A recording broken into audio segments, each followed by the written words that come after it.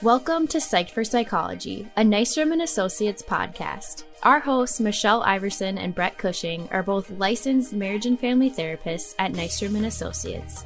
Each week, they talk about all things mental health and therapy, and you get a chance to dive into specific psychology topics that help promote personal development and wellness. And now, here are your hosts, Michelle and Brett. Hello, and welcome to another episode of Psyched for Psychology. We have a really exciting episode today that's really going to be a great opportunity for Brett to showcase and display some of the wonderful skills that he likes to teach and talk about with clients. And a lot of these skills are DBT based. They are, and I'm relieved because I thought you were going to say I was going to showcase the skills that I'm so proficient in practicing in my everyday life. And I'm glad you said the skills I like to teach because they're skills I have to keep working on. And we can't just talk the talk. We got to walk the walk. We do right? need to walk the walk. And I had a client just the other day and just did a little self-disclosure, of how my wife and I communicate. And he just sort of paused and he said, "Oh, so you really do this at home?" I said, "Well, yeah, I try, and yes. So I try to do these two skills I'm going to talk about today, and they really are rather fun skills. They're skills that Marsha Linehan has brought into her dialectical behavioral therapy, and we use it in DBT. It's called adaptive denial and alternate rebellion. Interesting. Which one are we going to talk about first? Well, let's do alternate rebellion. I like that one because I like the word rebellion. Yeah. I could tell. I saw you tell me more. Yes. And we do like to rebel. And so that's the idea. And a lot of times we have things we're trying to change in our lives. And so as we're trying to change things in our lives, we just sort of want to rebel sometimes, say, forget it, man. I don't care. So let's hypothetically say, just purely hypothetical, I wanted to lower my carb intake, not too many carbs in my life. But you know what? When I come home, I'm stressed. I'm hungry. I'm a little bit tired, and I'm really vulnerable now to sort of say, forget it. I don't care, and tell myself, I deserve some carbs today because I've worked really hard. And that's kind of what happens. And so we have this desire to just rebel. And when we're talking about alternate rebellion, it's just like the name suggests. We're still going to rebel. So that's the good news. We're just going to do it in an alternative fashion. And it's going to be an alternative fashion that doesn't result in something we are going to regret. Yeah. So if I have tons of carbs one night, because I am justified, I deserve it. As McDonald's has said, I deserve a break today. It's a reward. Yeah. So I justify this, but then, and I rebel against what I said I'm going to do in my New Year's resolution, let's say. And then I feel terrible. I feel crummy and my body doesn't feel good. I have all this regret, maybe even a little bit of shame. Who knows? But I'm just frustrated. So it felt good to rebel in that moment. And then I just have all this regret later. Yeah. When clients are coming into DBT, what are some of the common things that you see them engaging in that initial rebellion response with? Well, it is very common with people who have substance use disorders. They're going to be having, maybe it's not carbs, it's alcohol or marijuana or some other illicit drug that they're really trying to get rid of. Sometimes it could be self-harm of various types that people, that is definitely a way to kind of rebel, and it makes sense that people do that. Nonetheless, it's a way we can rebel. So it can be self-harm, it can be substance use type issues. It can really run the gamut, but those are kind of the prominent ones we come across. Right. And I kind of noticed too, that I actually have these same conversations with clients too about having empathy, even with that rebellion response that's initially happening. Because I think a lot of times, family members, friends, you're standing on the sidelines saying, what on earth are you doing? Why would you do that? Right. Why would you rebel? But I think psychologically, there's it's meeting a need. It's meeting a subconscious need or a conscious need that we're having in that moment. So glad you brought that up, because notice when people are saying that to us, that is actually reinforcing the addictive shame cycle, where we know people are telling that, we absorb that, we rebel and give into this behavior we really don't want to do. And then we hear all those voices of other people. We hear our voice, and it reinforces the sense of shame. But don't worry, I know how to deal with shame. I go back to eating more carbs, or I go back to self-harm, or I go back to my substance, and even I feel better. Hurts me. Well, it does hurt me, but you know what? I do it because, like you were saying, it has some utility for me. Right. All our behavior we do because it has some utility for me. And so what are behaviors I don't do? Well, there's certain vegetables I don't eat. Why? It has no utility for me, at least I think. But why do we do these things that are hurtful to us and damaging to us? We do it because it works. And that's a good starting point for us, is to validate. And that's a big principle within dialectical behavioral therapy. Always lead with validation and be able to say, it makes sense. It makes sense that I have an urge to do this again. It makes sense that I did do it again. And that is really the beginning of where change can happen, is if we can say, hey, it makes sense that I want to do this. So for instance, somebody might have an urge to engage in some sort of self-destructive behavior. Makes sense that they want to do that. So as they're wanting to do that, they're starting to tell themselves already, I know I shouldn't be doing this. And notice that should leads to shame, right? And we talked about doing behavior chains.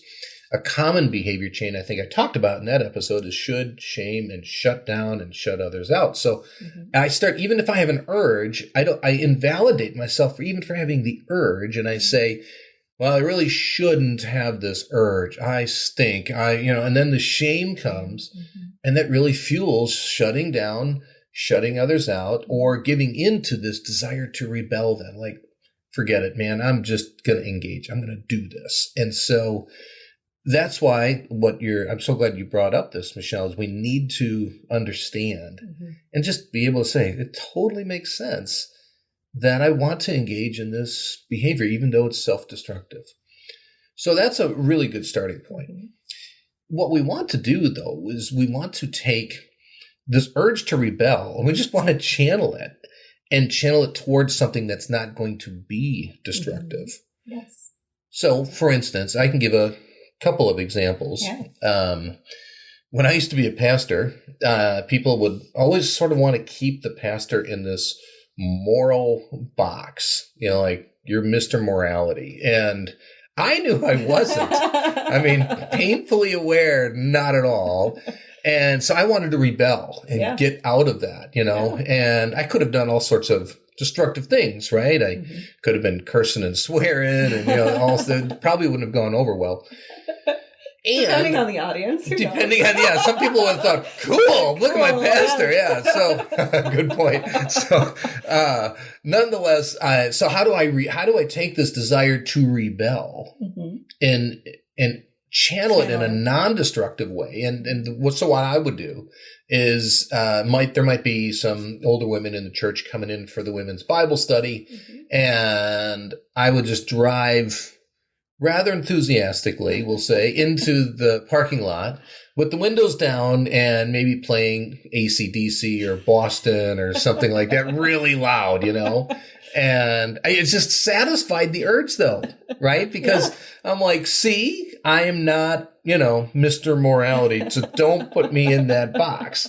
And I was just trying to bust out of the box, really. Yeah. So you can see how fun it can be. And it can be a release, right? Right. To be able to feel like you can achieve that rebellion and also at the same time, like you said, not do any kind of lasting harm, right? To myself or others. Yeah. It doesn't necessarily have to be a positive result. It can be something just kind of neutral. Even neutral. As long as it's not something that I'm engaging in self-harm again or something like that I'm really trying to burn a bridge with in my life. So I'm still satisfying the urge to rebel. Yeah.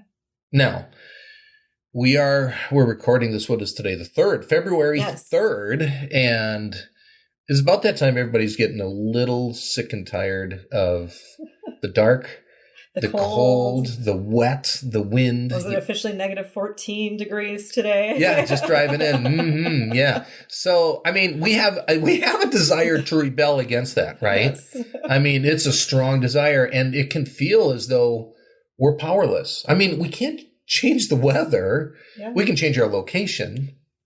And so some people fly south, and they get away for a while, which is great. But those of us who can't, just up and book a flight to Hawaii right now. Right. Yeah. So we have to find our own way. We do. Yeah. And so how do you rebel against something like you don't have power over? Mm-hmm. And think about that. I think the weather is a great example because we all recognize we can't control the weather. We're powerless over it. Yeah. And that's a kind of a good metaphor for the people in our lives that we might feel are dominating us or overpowering us, that we have no control over, and we just want to rebel. Mm-hmm. How do we do that? So yesterday at our clinic, Wednesday at our clinic in Lakeville, we did alternate rebellion day. And so the staff, we all dressed up in summer gear. Nice. Some people wore summer dresses and sandals. Some people wore shorts. Somebody came in his golfing outfit, and so I came in a Tommy Bahama shirt, and almost wore shorts, but and it was our way. We were going to have, we had cookies and lemonade and things like that to say, you know what? Forget it, man. We're rebelling against the weather. And we had cookies and things for the clients to come in, and we're celebrating summer in such a good February. idea. It was really fun. Yeah.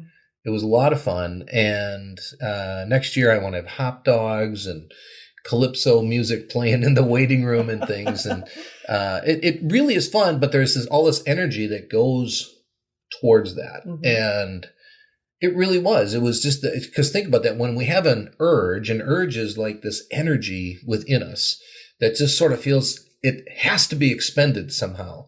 And that's what we did. We put all our energy into summertime things that reminded us of summer, and we had fun. We did it together.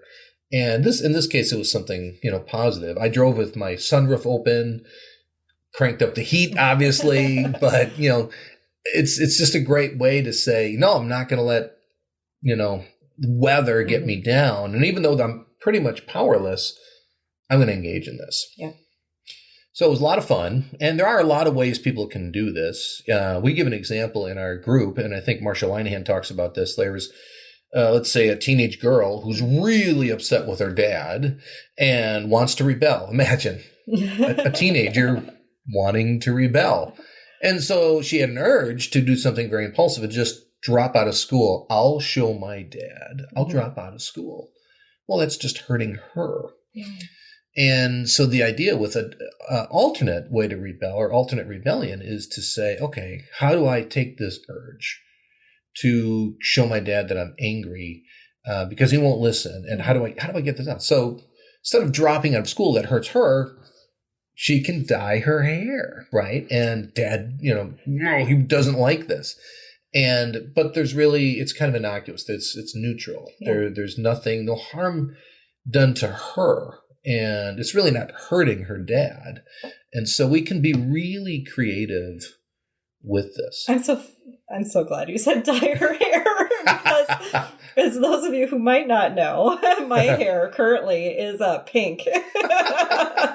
And I was actually just looking at old videos of me from the summer. And when my hair was like long, it was like halfway down my back almost, and blonde. And then around September, October, big chop, dyed it pink, and it's been pink since. Was that a form of... do you think that might have been an alternate rebellion? Well, I don't know, Michelle. Tell me about that. It was so funny seeing the shock on so many of my clients' faces when I saw them for the first time after this. And I had a few of them be like, Michelle, are you okay? I'm good. But the more I think about it, the more I think about as a therapist, I feel at least when we present fully as our authentic selves, our clients love that so much more. And for the long time, I could not dye my hair because I worked in hospital environments. Oh, right. I couldn't dye my hair anything other than like a normal, natural color. I don't know if those are still the policies, but at least they were at the time. And it's been great to feel like here I can actually fully express myself in any way that I want, and pink hair is it for me. Well, that's a really good point. We do feel constrained by social norms and expectations, and we do have an urge to rebel against that. And that's a great example of how we can rebel. And it's not hurting anybody, but it does satisfy the desire. And in my case, at least, I think my clients really appreciated it. They really kind of got more of a sense of who I am as a therapist. And I think kind of really fostered a really great connection in that way too. Yeah. Well, it's a great way to express ourselves without hurting ourselves. And there are other ways you can do this. There's ways you can, just in everyday life, you can kill people with kindness, so to speak. You know, I've got a thing. I try to be nice to people, and I don't expect anything in return. But if someone's rude when I'm trying to be nice, it kind of irks me, and then I really want to rebel. So I just sort of, quote, kill them with kindness. You know, like get the door for them. Hey, hope you have a really nice day, and you know, maybe a little bit of sarcasm in there.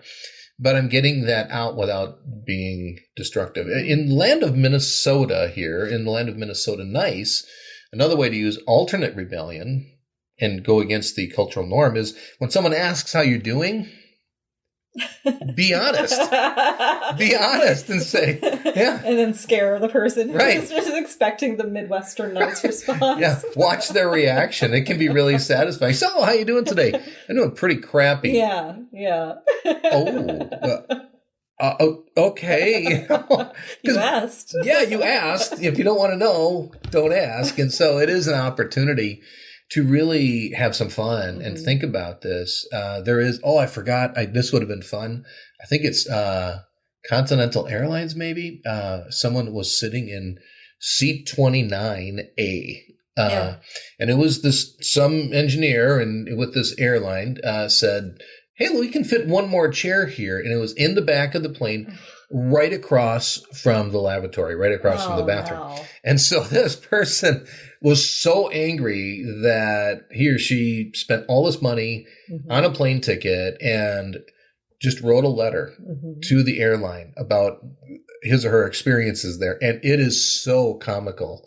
You really laugh out loud reading it, but it's alternate rebellion. You know, instead of causing a scene, instead of yelling and screaming, the person used their artistic ability to write very convincingly and entertainingly how really crazy this is to put a seat right there. So you're really limited by your own sense of creativity, but just some intentionality, it can really be helpful for us. It kind of reminds me of the concept, malicious compliance as well too. Tell me more. I think another form of that, which I really love. I love the title. Yeah. It's where you are following somebody's direction or orders to the letter, but you're doing it in a way where you're kind of coming up with an outcome that you're happy about, but they're not happy about. But you're doing it exactly the way that you were told. Ooh. And I think a lot of people really like that because, again, when you don't have control in a system, if there's another way to be able to achieve, especially when it's like, I feel like my voice is being taken from me, here's a way that maybe I can get that expressed. Right. And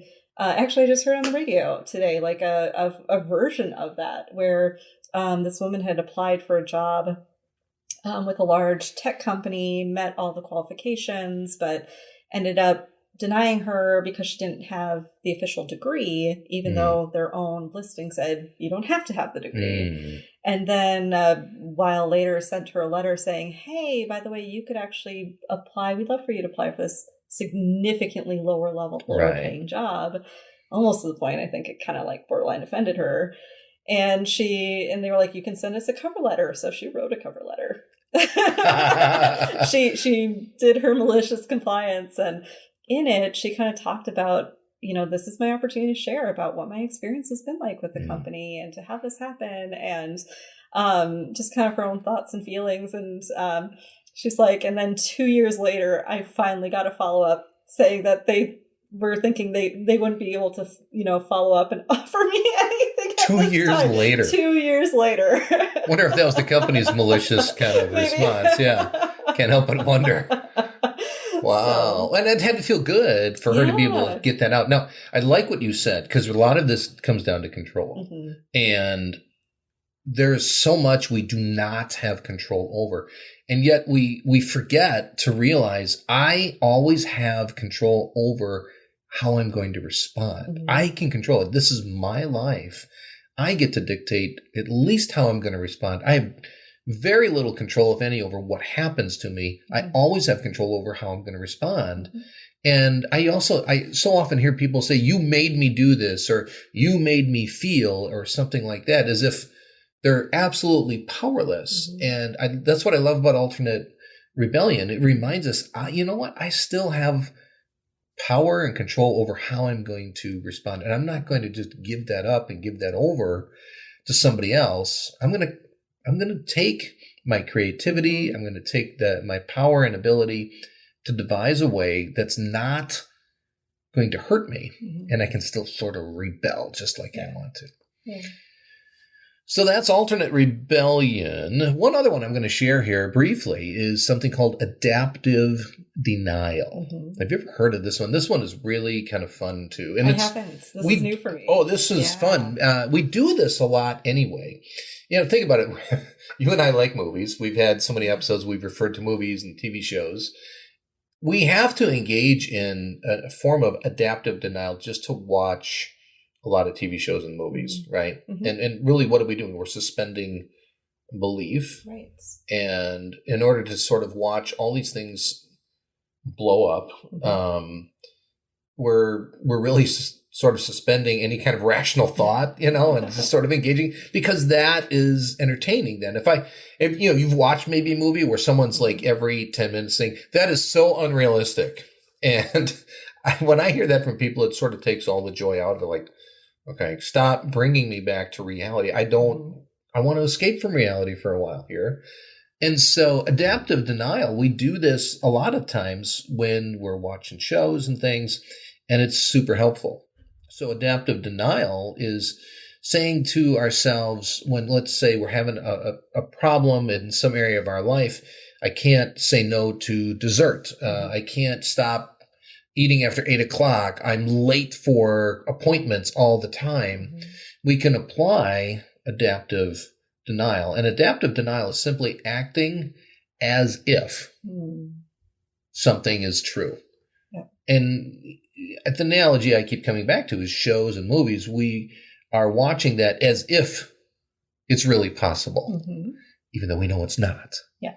But notice how we get so invested in a show or a movie, and it's like, wow, this really works. Mm-hmm. So my form of adaptive denial, don't tell me I do this, okay? Because I don't want to know that I do this. But what I do is I have my clock in my car because I tend to run late. Yeah. What's so funny? I'm just keep going. No, I know why you're laughing, because I'm always late coming here. So it's okay.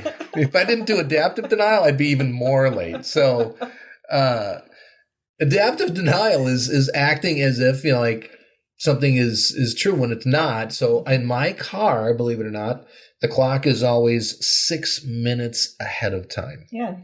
So right now it's just about 10:00. In my car, it would say 10:06. Now, don't tell me that I do this, okay?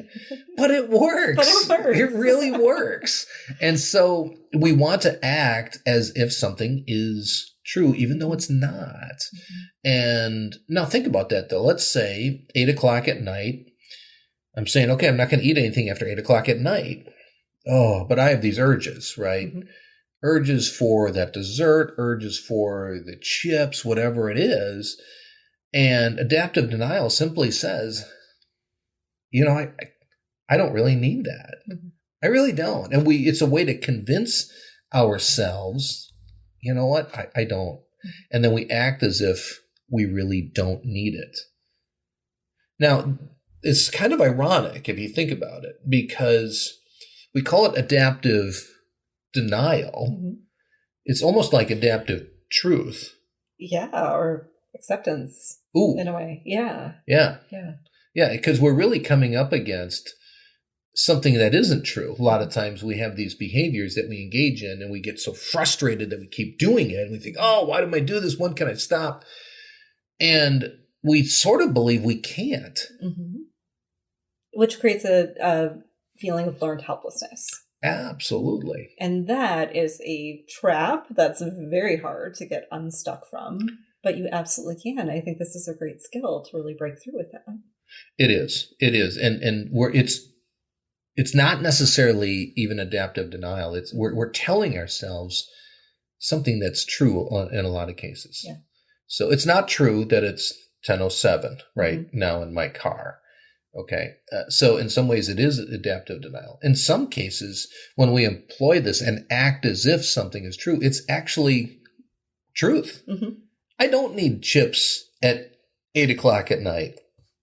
My body sensation is telling me that. And I just have to be able to say, no, I don't really need that. And so we set up these scenarios in our life, these opportunities for us when we're real vulnerable to be able to say, I don't need that, and act as if it's true.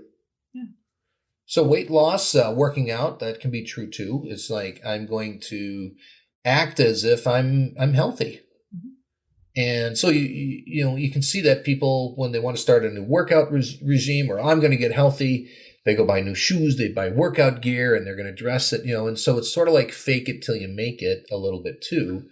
But that's adaptive denial. And even the irony is, even though I know this is off in my car, the clock, it works. Mm-hmm. And for people that might listen to this and think, well, that doesn't work, that's crazy.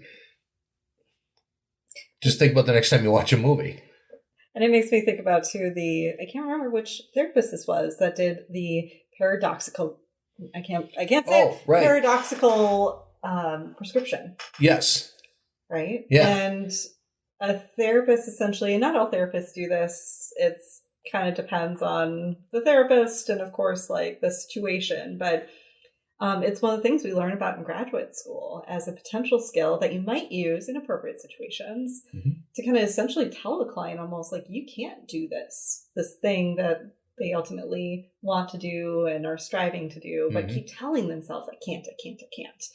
And the therapist, imagine you go in, you're like, man, to my therapist, like, I know I, really need this in my life, but I can't. And the therapist goes, yeah, you can't. But then what if that triggers essentially what we're talking about today, right? Yeah. A response where that could be an alternate rebellion of like, actually, do it. Fine. I'm going to prove her wrong. I'm going to go do it. Yeah, it really is very effective. And it's really very cognitive when we think about it. And we've heard you are what you eat. And there's some truth in that. And there's a lot more truth in that you are what you think. And you think a certain way, you're going to be a certain way. And it's just that simple. And how we think, it even has physiological effects in our body. I think I saw in the book on your shelf here that I have too, The Body Keeps the Score, with trauma, and how trauma affects the body physiologically, because it's not just the trauma, it's not just the event, it's what we tell ourselves about that event and about ourselves in the wake of that traumatic event. And those are thoughts, and that has a physiological effect on the body. So really what we're doing is we have, this is kind of like narrative therapy, we construct a scenario in our mind. I construct some reality in my mind. I need chips after 8. I construct that. So if I'm the one who constructed it, I'm the one who can deconstruct that and reconstruct something else, just like Legos, right? And it's just Legos of the mind.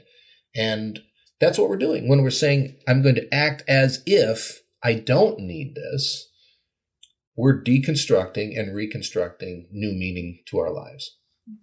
Great. Anything else that you think would be great for our listeners to know or kind of learn with these brand new skills? Yeah, have fun with it. I think it takes intentionality and have fun. It really is fun to be able to do this. Do it with somebody too. And Yeah. Dye your hair pink? Sure. I don't know if I will, but come on, it would look good on you, Brett. Yeah. I'm just more worried about keeping my hair than I am dyeing it at this point. But yeah, you could lots of fun things. I wish we could hear what people try and share when we do our group. It is kind of fun when people share what they've done. Yes. But so do it, have fun with it, include somebody in it, and be intentional about it. Absolutely. Thank you all for listening and joining us for today. We will talk with you soon. Thank you as always for listening, and please be sure to leave us a review. While this podcast can't be a replacement for therapy, we hope you enjoyed our discussion today and join us again next time. Nystrom & Associates is always available to those who are struggling. If you find yourself in need of support and help, please check us out at nystromcounseling.com.